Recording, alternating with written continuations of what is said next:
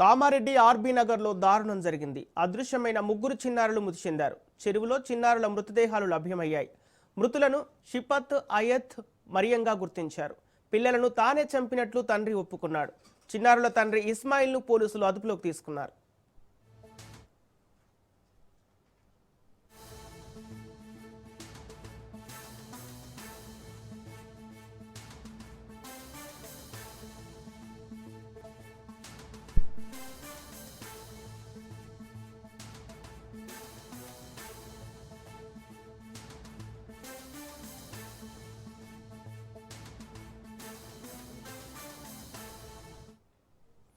Kamareddy RB నగర్లో దారుణం చోటు చేసుకుంది. అదృశ్యమైన ముగ్గురు చిన్నారులు మృతి చెందారు. చెరువులో చిన్నారుల మృతదేహాలు లభ్యమయ్యాయి. మృతులను షిపత్, అయాత్, మరియంగా గుర్తించారు. పిల్లలను తానే చంపినట్టు తండ్రి ఒప్పుకున్నాడు. చిన్నారుల తండ్రి ఇస్మాయిల్ను పోలీసులు అదుపులోకి తీసుకున్నారు.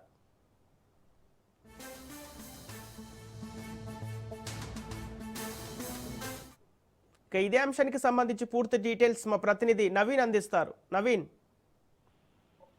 సంపత్ కామారెడ్డి పట్టణంలో దారుణం చేసింది. కన్న తండ్రి ఆ పిల్లల పాలిట అంతా కూడా అయ్యాడు. పెంచలేని భారంతో ఆ కూతురు చెరువులో పడేశాడు. అయితే సంఘటన కామారెడ్డి పట్టణంలోని ఆర్బీ నగర్ లో చోటు చేసుకుంది. కామారెడ్డి పట్టణం ఆర్బీ నగర్ చెందినటువంటి ఇస్మాయిల్ అలాగే షబీనా దంపతులకు 8 సంవత్సరాల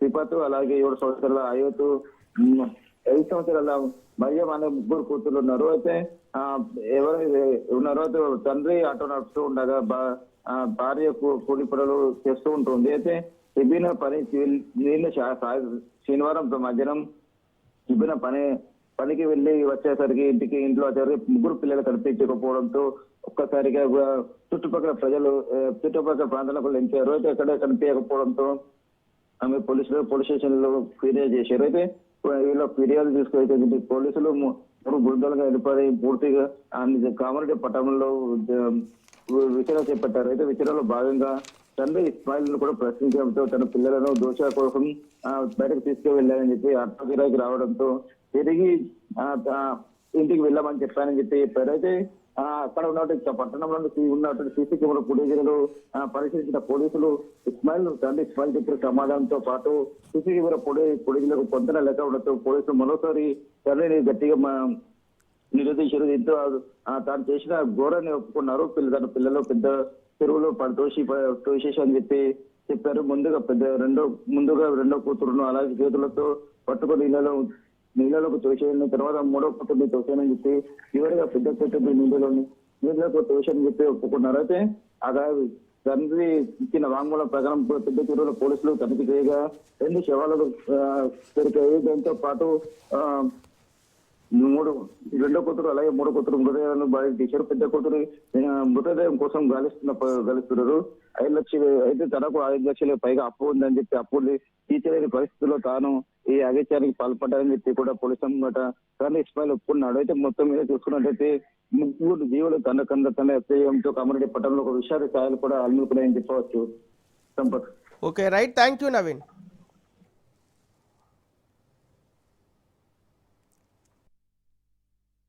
మా ఆయన చూసిండు పిల్లలు చూసినామంటే నేను ఎక్కడి నుంచి చూస్తాను. నేను పనికి పోయినా పిల్లలు ఆడ మా పిన్ని వాళ్ళ ఇంటికాడనే ఉన్నారు. మా చెల్లె ఉంది కదా చూస్తారు, అన్నీ ఉన్నారు.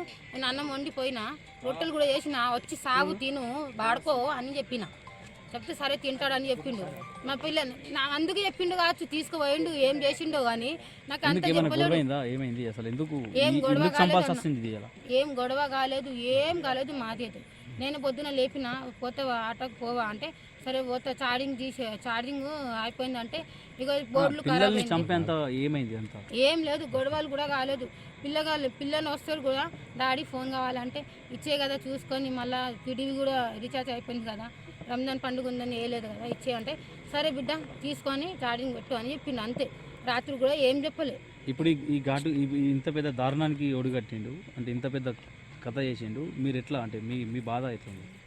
బాధ ఎట్లా అంటే సార్ నా పిల్లలు పోయిండ్రు కదా సార్, ఆయనకేంది సార్, వాళ్ళు వచ్చి చంపేసిండ్రు కదా సార్, నా పిల్లలు పోయిండ్రు కదా, నేను ఎట్లా బతకాలి సార్?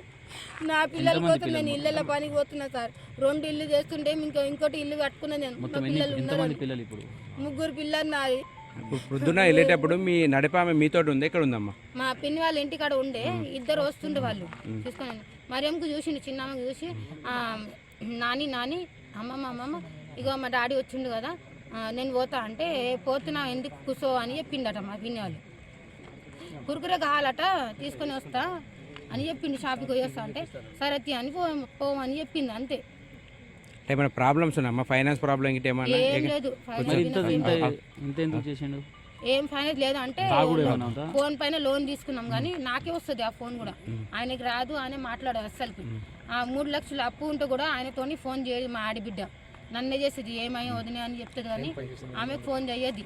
అట్లా కదమ్మా, ఇప్పుడు ఈ ముగ్గురిని చంపే అంత అంటే తాగుతాడా ఏమన్నా? వేరే నశా తాగుతాడు, చేసే కళ్ళు తాగిండు కావచ్చు కానీ రోజు కళ్ళు తాగుతాడు. ఎందుకు అబద్ధం చెప్పాలి సార్? కళ్ళు తాగుతాడు కానీ ఇప్పుడు ఏం తాగిండో నాకు తెలియదు సార్. నేను పనికి పోయినా, నాకు పిల్లలు లేరు అంటే నేను దబదబ ఉరికొచ్చిన, ఆడ సగం పని చేసిన, బాసను కూడా దొమ్మలే, దబదబ ఉరికొచ్చిన, చూస్తే ఆడలేరు. ఎంత తాగినా చిన్న పిల్లలు సొంత పిల్లల్ని చంపేంత కోపం ఏముండే? ఎందుకు వచ్చింది ఆయన కోపం? అప్పులది కూడా ఫోన్ రాదు, నాకే వస్తుంది. నేనే జ్వరం వచ్చి నేను అనుకుంటా, నాకే వస్తుంది, నాకే చెప్తారు అందరు అని నేను అనుకుంటా అని ఆయనకి ఏం చెప్పాను నేను అసలు. పిల్లలు ఎప్పుడు లాస్ట్ మీ దగ్గరికి వెళ్ళిపోయారు ఇంటి నుంచి? 10 बजे गए, सुबह में 10 बजे नानी के पास जातू बोलते ठीक है बेटा, रोटी खा के गए मेरे बच्चे।